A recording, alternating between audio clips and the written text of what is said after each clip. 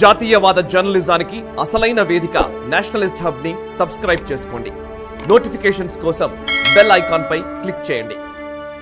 మామూలుగా ఆర్ఎస్ఎస్ మీద, రాష్ట్రీయ స్వయం సేవక్ సంఘ్ మీద చాలామందికి వాళ్ళు ఏం సేవ చేస్తున్నారు, వాళ్ళ యాక్టివిటీస్ ఏంటంటే తెలియకుండానే ఏదో బ్లైండ్గా క్రిటిసైజ్ చేస్తూ ఉంటారు. కలకత్తా హైకోర్టు జడ్జి చిత్తరంజన్ దాస్ గారు తను రిటైర్ అవుతూ, నేను ఆర్ఎస్ఎస్ మనిషిని, అయితే నా సర్వీస్ కాలంలో ఎప్పుడు కూడా నేను అలాంటి ముద్ర లేకుండా నేను తీర్పులు ఇచ్చాను, నేను మళ్ళీ వాళ్ళు తీసుకుంటే కనుక వెళ్ళడానికి సిద్ధం అని చెప్పారు. అంటే ఆయన కామెంట్ని, ఆ జడ్జ్ కామెంట్ని ఇన్ని సంవత్సరాల సర్వీస్ తర్వాత కూడా ఎలా చూడాలి?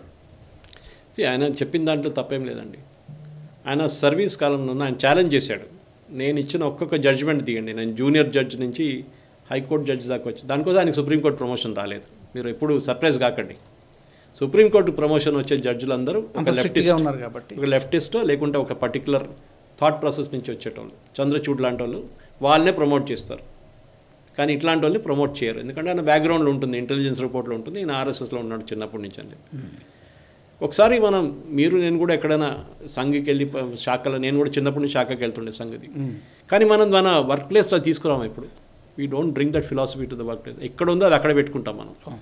ఇప్పుడు ఈ దాస్ గారు ఏం చెప్పారు, చిత్తరంజన్ దాస్ ఆయన చెప్పినప్పుడు ఇమ్మీడియట్గా క్రిటిసిజం కమ్యూనిస్ట్ వాళ్ళ దగ్గర నుంచి మమతా బెనర్జీ, చూడండి మేము చెప్పాం కదా, ఒక ఆయన ఆల్రెడీ బీజేపీలో చేరిపోయిండు, ఈయన కూడా అక్కడే పోతాడు, గంగోపాధ్యాయ.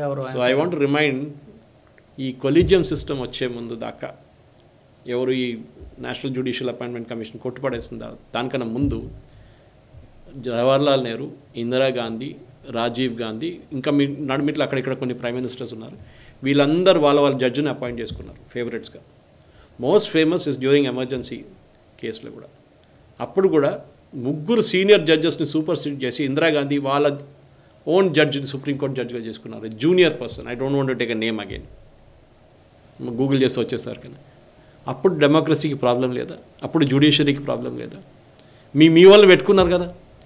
ఆ టైంలో judiciary was full of political appointments. ఇప్పుడు కూడా మీరు యూఎస్కి వెళ్ళండి, యూఎస్లో the president decides.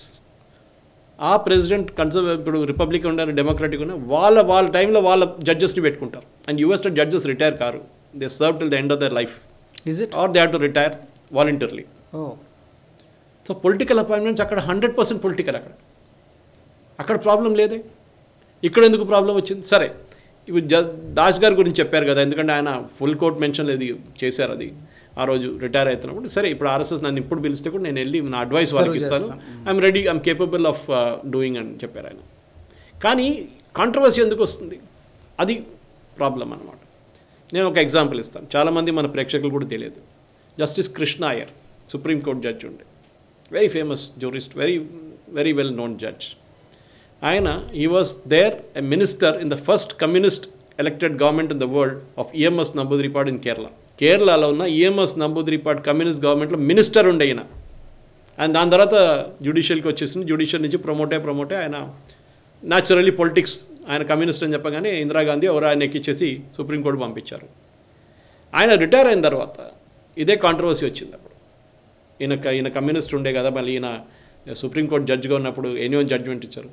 Indira Gandhi judgement, Allahabad high court held Raj Narain కేసులో ఇందిరాగాంధీస్ ఎలక్షన్స్ ఇల్లీగల్ అని చెప్పి హోల్డ్ చేసిన అలహాబాద్ హైకోర్టుని ఓవర్టర్న్ చేసింది ఇదే జస్టిస్ కృష్ణ అయ్యర్. ఆ టైంలో ఈమెయిల్ లేవు, సోషల్ మీడియా లేదు. ఈయన ఏం చేశాడంటే 500 కాపీ, అప్పుడు సైక్లోస్టైల్ చేయాల్సి వస్తుంది, 500 కాపీలు జడ్జిమెంట్ కాపీ సైక్లోస్టైల్ చేసి అన్ని మీడియా హౌసెస్ పంపించాడు. ఈ judge justice Krishna Iyer, not disputing his capability, is a wonderful judge, under డౌటే లేదు. కానీ ఈ కమ్యూనిస్ట్. ఆయన రిటైర్ అయిన తర్వాత వచ్చి బయటకు వచ్చి నీ కమ్యూనిస్ట్ వాళ్ళు ఏమన్నారంటే, ఆయన కమ్యూనిస్ట్ ఏం కాదులే, ఆయన చెప్పుకుంటాడు. అట్లా అంటే ఆయన ఆర్టికల్ రాశాడు అక్కడ మలయాళం న్యూస్ పేపర్లో, చెప్పాడు, I'm a communist all my life and I will be A communist, justice Krishna Iyer. అందరు షాక్ అయిపోయారు. అప్పుడు ప్రాబ్లం లేదు కమ్యూనిస్ట్ వాళ్ళకి, అప్పుడు ప్రాబ్లం లేదు కాంగ్రెస్ వాళ్ళకి, ఇప్పుడు ప్రాబ్లం వచ్చింది. ఇది రాజుగారు హిపోక్రసీ అంటారు. ఒక మనిషికి ఒక పొలిటికల్ వ్యూ ఉండొచ్చు, అప్పుడు ఎప్పుడు చెప్తాం మనం, we leave hour baggage at the door. అంటే మనం ఒక మీటింగ్కి వచ్చేటప్పుడు మన పొలిటికల్ థాట్ ప్రాసెస్ బయట పెట్టేస్తాం. నేను ఏ కంపెనీకి పని చేస్తాను, దట్ ఈస్ ఇమ్మెటీరియల్. నా కంపెనీ ఉన్నప్పుడు నేను నా పని చేసుకుంటాను, కానీ నా పొలిటిక్స్ అక్కడ తీసుకురాను ఎప్పుడు. Same thing with judges also. ఇప్పుడు ప్రాబ్లం ఎక్కడ వస్తుందంటే, మమతా బెనర్జీకి ఇప్పుడు మనం ఇప్పుడు మాట్లాడుకున్న ఫస్ట్ కేసులో ఈ జడ్జ్మెంట్ అవును, కోల్కతా కల్కటా బీసీ. చూడండి, అది ఆమె ఏం చెప్తుంది, ఇట్స్ అ బీజేపీ జడ్జ్మెంట్ అంటుంది. ఆలోచించాడు, ఒక హైకోర్టు జడ్జ్మెంట్ని ఆమె బీజేపీ జడ్జ్మెంట్ అంటుంది. కానీ వీళ్ళు ఎవరు పట్టించుకోరు. కేజ్రీవాల్ చెప్పాడు, ఏం చెప్పాడు, మమ్మల్ని ఇండియా అలయన్స్ని ఎన్నుకుంటే మీరు నాకు జైల్లో వెళ్ళక్కర్లేదు. ఆలోచించండి. అండ్ సుప్రీంకోర్టు ఈ సెయింగ్ ఆడు చెప్పుకుంటాడు అట్లా అని చెప్పేసి ఇంకోడని చెప్తాను తీసి జైలు వేస్తాడు. పతాంజలి, బాబా రామ్దేవ్ వెంట పడతారు వాళ్ళు, కానీ ఐఎంఏ వెంట పడేది దమ్ము లేదు వీళ్ళకి, ఇదే సుప్రీంకోర్టు జడ్జిలకి. అది నేను అడిగే ప్రశ్న. ఇది ప్రాబ్లం ఎక్కడ వస్తుందంటే వీళ్ళు మీ పొలిటికల్ లీనింగ్ అది ఎక్కడైనా ఉండొచ్చు. ఇప్పుడు మనం అందరూ మాట్లాడుతాం, టిఎన్ శేషన్ ఎలక్షన్ తర్వాత ఆయన రిటైర్ అయిన చేస్తున్న ఏం చేశారండి, ఎక్కడ పోటీ చేశాడు అందరికి తెలుసు, ఏ పార్టీ కోసం పోటీ చేశాడు అందరికి తెలుసు. Mahender Singh Gill, MS Gill, chief election commissioner, retire అయిన తర్వాత ఎక్కడికి వెళ్ళాడు, కాంగ్రెస్కి వెళ్ళాడు. కాంగ్రెస్ పోటీ చేసి గెలిచి యూనియన్ మినిస్టర్ అయినాడు. అప్పుడు ప్రాబ్లం లేదా మీకు? ఇప్పుడున్న ఎలక్షన్ కమిషనర్ ఉంటే చూడండి బీజేపీ వాళ్ళు మోదీ అగేన్స్ట్ యాక్షన్ తీసుకుంటున్నారు. ఆయన ఏం చేశారండి? All this actions MS Gill should be checked. Seshan garu admit is a legend of his time, కానీ ఆయన కూడా ఆయన ఒక పొలిటికల్ లీనింగ్ ఉండే. అండ్ ఐఎమ్ నాట్ డిస్ప్యూటింగ్, మీరు రిటైర్ అయిన తర్వాత మీరు ఏమైనా చేసుకోండి, ఒక కూలింగ్ ఆఫ్ పీరియడ్ ఉంటుంది 6 months to 1 year, దాని తర్వాత మీరు ఏమైనా చేసుకోవచ్చు. అందరికీ ఉంది అది. ఇప్పుడు మీరు ఐఏఎస్ నుంచి రిటైర్ చేసినా కానీ ఎక్కడి నుంచి మీరు ఇమీడియట్గా ఒక ప్రైవేట్ సెక్టర్లో వెళ్ళలేరు మీరు, because you would have favoured that company before when you are. So ఇది ప్రాబ్లం. ఈ ఇష్యూ గురించి మనం చెప్పుకుంటూ వస్తే పొలిటికల్ అఫిలియేషన్ అన్నిట్లో ఉంటుంది. అది సివిల్ సర్వీస్లో ఉంది, మనం చూస్తున్నాం. ఇక్కడ ఒక సివిల్ సర్వీస్ ఐపీఎస్ ఆఫీసర్ అక్కడ ఉండే, ఇప్పుడు ఆయన అప్పుడు దాని నుంచి వాలంటరీ తీసుకొని ఆయన పొలిటికల్ పార్టీ జాయిన్ చేశాడు. ఆ పొలిటికల్ పార్టీ నుంచి పడి మళ్ళీ ఇంకొకడికి వెళ్ళాడు. ఇప్పుడు ఆర్ఎస్ ప్రవీణ్ కుమార్. ఆయన ఉన్నప్పుడే ఆయన పొలిటికల్ బిలీఫ్స్ చాలా క్లియర్గా చెప్పారు. దాంట్లో నేను అందరికన్నా మెచ్చుకున్న మనిషి జయప్రకాష్ నారాయణ ఐఏఎస్. ఆయన పెన్షన్ వచ్చే కన్నా ముందు ఆయన వాలంటరీ తీసుకున్నాడు. లోక్సత్తా ఆయన ఉండి ఒక 10-15 సంవత్సరాలు 20 సంవత్సరాలు పనిచేసిన తర్వాత ఇక్కడ రిటైర్డ్. ఈ డిడ్ంట్ డూ ఇట్. ఆయన చెప్పారు, నా పెన్షన్ పోతే పోనీ నాకు అక్కర్లేదు, కానీ I want form a political party with. అది సక్సీడ్ అయిందో లేదో it's a different thing, but he did it. That is what appreciate. మీరు సర్వీస్లో ఉండి మీరు పొలిటిక్స్ ఆడితే ఇక్కడ మనకు తెలుసు కదా, ఒక్క ఐఏఎస్ ఆఫీసర్ ఒక ఐపీఎస్ ఆఫీసర్ చెప్పండి పొలిటికల్ లీనింగ్లో అందరికి ఉంది. మస్కా కొట్టి వీళ్ళు ఉంటారు అంతే, ప్రమోషన్లు తీసుకుంటారు. వీళ్ళకి భయం, ఏ ముఖ్యమంత్రి వస్తే వాళ్ళు మస్కా కొడతారు. పాప ఒక పోలీస్ కమిషనర్ ఉండే మన దగ్గర, ఆయన వెళ్ళి రేవంత్ రెడ్డికి సెల్యూట్ కొట్టాడు. ఎలక్షన్కి రిజల్ట్ వచ్చే ముందు ఆయన పోస్టే పోయింది. అని చూసా, అది డీజీపీ ఉండి ఆయన పోస్ట్ కూడా పోయింది. సో ఇది ప్రాబ్లం.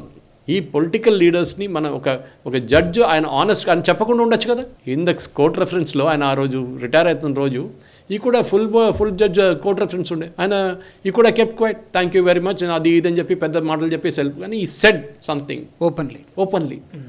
అది ప్రాబ్లం. కానీ కృష్ణాయర్ చెప్పినప్పుడు ప్రాబ్లం లేదు కమ్యూనిస్ట్ వాళ్ళకి, కాంగ్రెస్ వాళ్ళకి. ఈయన చెప్పినప్పుడు ప్రాబ్లం. కృష్ణాయర్ కాదు, నేను చాలా ఎగ్జాంపుల్ తీస్తాను కావాలండి మీకు. Who judges who are compromised and given judgements. చెప్పాను, Krishna Iyer is classic case of that. ఇందిరాగాంధీని సపోర్ట్ చేసిన మనిషి. 2 రోజుల తర్వాత Indira Gandhi impose judgement after this Krishna Iyer's judgement, emergency impose చేస్తున్నాము. So judges are always played. మనం చూస్తున్నాం ఇప్పుడు అందరినీ. ఇప్పుడు దీని ముందు కూడా మనం మాట్లాడాం, how supreme court is favouring certain people అని చెప్పేసి. ఈ వీడియో మీకు నచ్చినట్టయితే లైక్ చేయండి, 10 మందికి షేర్ చేయండి. అలాగే కామెంట్ల రూపంలో మీ అభిప్రాయాలను మాతో పంచుకోండి. Nationalist hub group of channels ను సబ్స్క్రైబ్ చేసుకుని తెలుగునాట జాతీయవాద జర్నలిజాన్ని ప్రోత్సహించండి. ఈ వీడియో కింద ఉన్న బెల్ ఐకాన్ పై క్లిక్ చేయడం మర్చిపోవద్దు.